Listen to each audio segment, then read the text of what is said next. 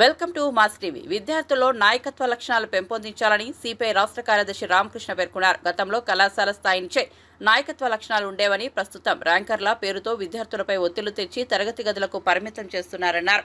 కాకినాడ సూర్యకళ మందిరంలో అఖిల భారత విద్యార్థి సమైక్య విద్యా వైజ్ఞానిక రాజకీయ శిక్షణ తరగతులు కాకినాడలో రెండో రోజు కొనసాగాయి. ఈ సందర్భంగా రామకృష్ణ మాట్లాడుతూ చంద్రబాబు ప్రభుత్వ హయాంలో కళాశాలలో ఎన్నికలు రద్దు చేయడం జరిగిందన్నారు. అదేవిధంగా వైసీపీ ప్రభుత్వం కూడా అదే విధానాన్ని కొనసాగించడం జరిగిందన్నారు. విద్యార్థులు చదువుతో పాటు రాజకీయాల్లో కూడా చురుగ్గా రాణించాలని పిలుపునిచ్చారు. ఈ కార్యక్రమంలో ఏఎస్ఎఫ్ రాష్ట్ర ప్రధాన కార్యదర్శి కె శివారెడ్డి, ఏవైఎఫ్ రాష్ట్ర మాజీ నాయకులు తాటిపాక మద్దు, రైతు సంఘం నాయకులు కె బోడకొండ, ఏఐటీయూసీ జిల్లా ప్రధాన కార్యదర్శి తోకల ప్రసాద్, వ్యవసాయ కార్మిక సంఘం నాయకులు నక్కా శ్రీనివాసరావు, వి కొండలరావు, ఏఐటీయూసీ నాయకులు పి సత్యనారాయణ, ఏఎస్ఎఫ్ జిల్లా కన్వీనర్ ఎం స్టాలిన్ తదితరులు పాల్గొన్నారు.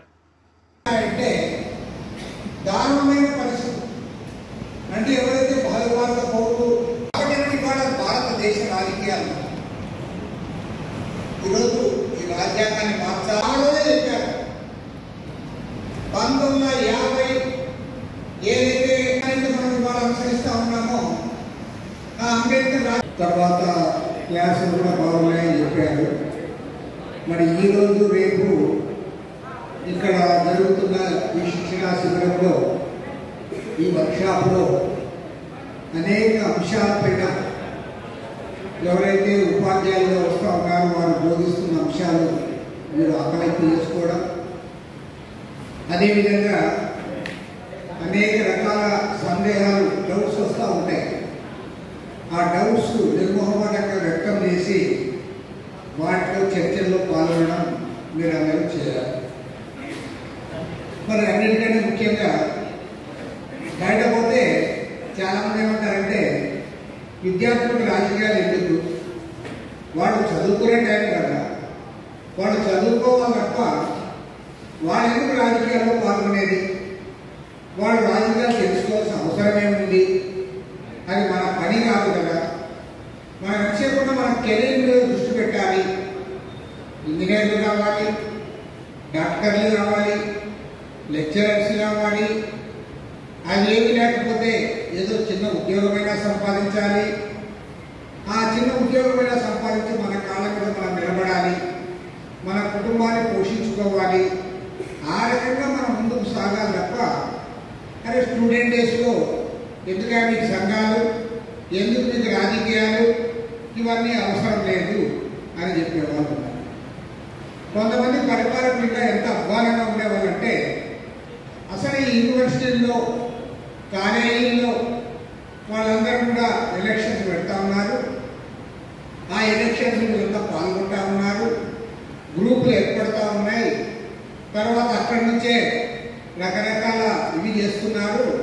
కాబట్టి ఎన్నికలే రద్దు చేస్తున్నాం, ఎన్నికలే అవసరం లేదు, విద్యార్థి సంఘాలకు ఎన్నికలు పెట్టకుండా అందులో ఏమంటే అవసరానికి ఎవరైతే మెరిట్ స్టూడెంట్ ఉంటాడో లేదా ఆ లెక్చరర్ ప్రిన్సిపల్ కావాల్సిన వాళ్ళు ఉంటారో వాళ్ళని లీడర్గా నామినేట్ చేసి వీళ్ళే మీ యూనియన్ అని చెప్పేవాళ్ళు ఉన్నారు.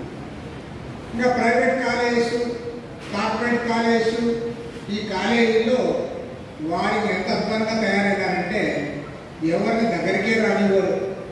మీరంతా బయట ఉండండి, మీరు లోపలికి ఎంటర్ కానక్కర్లేదు, మేము పెద్ద పెద్ద కాంపౌండ్ కట్టుకున్నాం.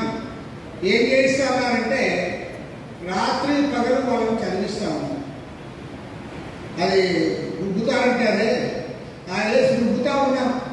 మార్కులు రావాలి, వాళ్ళ ఫ్యూచర్ బాగుండాలంటే, వాళ్ళు ఎదగాలంటే, ఐఐటీలో అన్నింటిలో కూడా వాళ్ళకి సీట్లు రావాలంటే వాళ్ళని కాంపౌండ్లో పెడతాం, బయట గేట్ వేస్తాం, గేట్ దగ్గర వాచ్మెన్ పెడతాం, అవసరమైతే దాన్ని లాక్ చేస్తాం.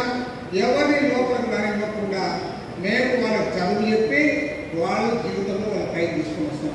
సమయంలోనే చదువుకుంటున్న దశలోనే వాళ్ళు ఇలాంటి డ్రగ్స్ అడిక్ట్ అయితే, బానిసలుగా మారితే వాళ్ళకి సొసైటీకి ఏమి ఉపయోగపడతారు, వాళ్ళ ఫ్యామిలీకి ఏమి ఉపయోగపడతారు, వాడు ఏ రకంగా ఫ్యామిలీ నడుపుతాడు. కాబట్టి వాళ్ళ సమాజంలో చెడగొట్టడానికి ఎన్నో అవకాశాలు ఉన్నాయి. వాటికి మనం అతీతంగా ఉండాలి, వాటిని ఎదుర్కోవాలి. ధైర్యంగా నిలబడాలి. ఇవాళ ధైర్యంగా నిలబడి ఎదుర్కొని ఇవాళ దాని వెనుక ఏ శక్తులు ఉన్నాయో వాటిని ఎండగట్టి వాళ్ళని వచ్చేంత వరకు వదలదు. ఆ రకంగా మనం ముందుకు సాగాలి. సమాజంలో నైతిక విలువలు నిలబెట్టే బాధ్యత కూడా మన అఖిల భారత విద్యార్థి ఫెడరేషన్ మన ముందు బాగా ఉంది.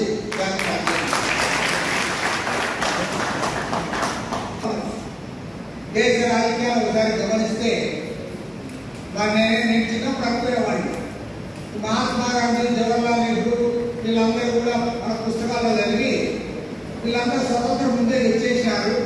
వాళ్ళు స్వతంత్రం లేకపోతే అది మనం కూడా స్వతంత్ర పోరాటంలో పాల్గొనేది కదా. 1947 మన పుట్టకుండే స్వతంత్రం వచ్చింది. కానీ ఇవాళ భారతదేశ రాజకీయాల్లో మరో స్వతంత్ర పోరాటానికి సిద్ధం కావాలి.